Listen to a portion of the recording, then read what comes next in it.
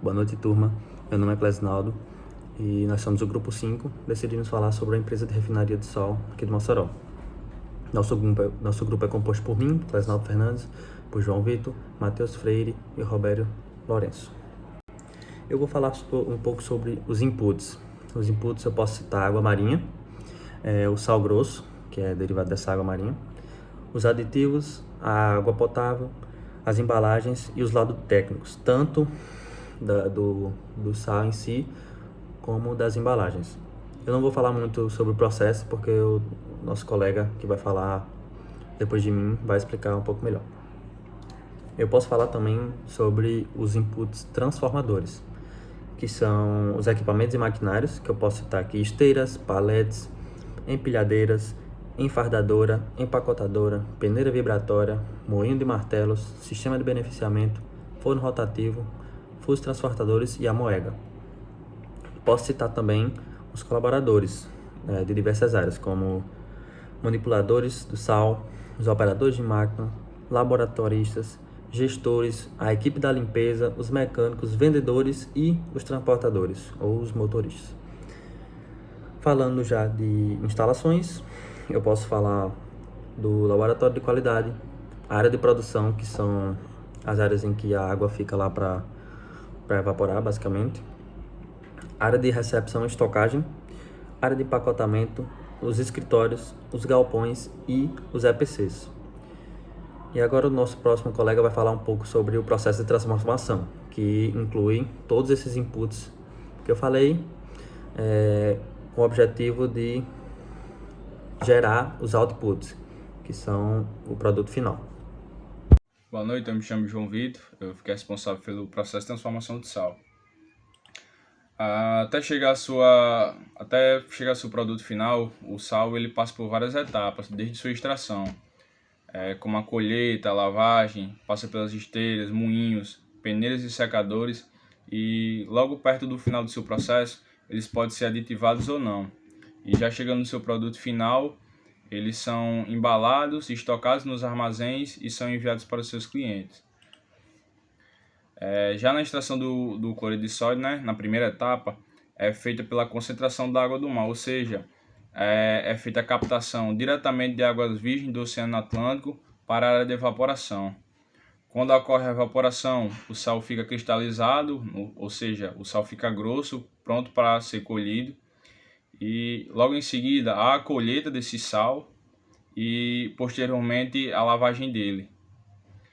E depois da sua lavagem, eles precisam ser transportados para a refinaria e são feitos pelas esteiras. São esteiras de longa escala que levam o sal grosso até a refinaria para que ele possa ser moído ou refinado. Já dentro das refinarias, eles são transportados por esses elevadores para que eles cheguem nos moinhos e posteriormente pelos secadores e as peneiras. Como vocês podem ver na imagem, existem esses moinhos, se chamam moinho de martelos ou moinho de rolos. Ele é responsável ou deixar o sal moído ou sal refinado. Nesse moído, pois existe um sal para cada tipo de cliente, cada cliente ele pede um sal diferente, e o moinho é responsável por isso, por diferenciar o tipo de sal. Após ser moído o sal, né, triturado, seja ele refinado ou moído, eles são transportados mais uma vez pelos fusos. Os fusos contêm helicoides, como vocês podem ver na imagem, são chamados de helicoides transportadores, e ao decorrer da sua passagem, eles são enviados pelas peneiras, as peneiras vibratórias, ou pelos secadores. Como o próprio nome fala, os secadores eles são responsáveis por retirar a umidade do sal, pois quando eles estão nas pilhas de sal, ele ainda está meio úmido, o sal está completamente molhado. O secador ele já serve justamente para isso, ele retira toda a umidade do sal para que ele esteja em perfeito estado para a sua produção. A peneira também é responsável por diferenciar cada tipo de sal, pois cada peneira há um grão para diferente tipo de sal e posteriormente são transportados para cada fuso, para cada tipo de sal, para que posteriormente haja sua produção. E por último, Como eu falei no começo do vídeo, o sal ele pode ser aditivado ou não. Pode conter o iodo ou ferrocianeto. E esse tipo de ativação são feitas por bombas dosadoras. Tudo isso dentro do fuso, até chegar à sua etapa final. Olá pessoal, boa noite. Dando continuidade aqui à apresentação, vamos falar aqui dos outputs, que são as saídas. No final de todo o processo, o que a gente vai ter são os fardos, né, de 1 kg, 30 e 25 quilos, ou big bags de 1 tonelada, 1.350, 1.500 e 1.700 quilos, com uma variação de sal, com vários tipos de sais, né? Aí você vai ter o sal moído, o refinado úmido, o micronizado, o extra fino, o granulado, que é o sal comum, e o sal químico. O sal comum adicionado de iodo quando para humanos, para animais pode ser adicionado ou não. O sal químico para indústrias têxteis, farmacêuticas e outros. O sal rosa do Himalaia e a flor do sal. A flor do sal, esse sal ele é totalmente colhido manualmente, então o processo dele é artesanal. Por isso ele é um tanto mais caro, mas ele também é o melhor sal porque ele mantém todas as propriedades, as melhores propriedades nele. Obrigado aí, pessoal. Boa noite. Meu nome é Matheus Freire e eu falarei sobre as decisões e os horizontes de planejamento a curto, médio e longo prazo. Começando pelas de curto prazo.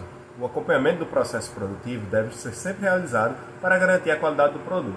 No caso das salinas, deve-se sempre analisar os padrões físico-químicos das salmouras utilizadas na produção, assim como as diversas amostras de sal de diferentes etapas do processo produtivo. Também é necessária uma rígida rotina de manutenção e limpeza, tanto dos equipamentos quanto da referência salina. Devido à alta salinidade no meio, a manutenção é algo que deve ser feito constantemente. Em médio prazo, pode ser feito um programa de treinamento dos colaboradores, assim como a contratação de novos colaboradores, com o intuito de melhorar o seu quadro de funcionários ou suprir possíveis deficiências. Também entram como médio prazo a compra de insumos utilizados no beneficiamento do sal, assim como as embalagens a serem utilizadas. Para longo prazo, os investimentos em P&D podem ajudar a empresa a desenvolver novos produtos. Também conta como longo prazo qualquer expansão na unidade da salina, assim como compra de novos equipamentos para a mesma. A implementação de alguma ISO para certificar o processo produtivo também pode ser considerado longo prazo, devido ao tempo necessário para as melhorias para adquirir o selo.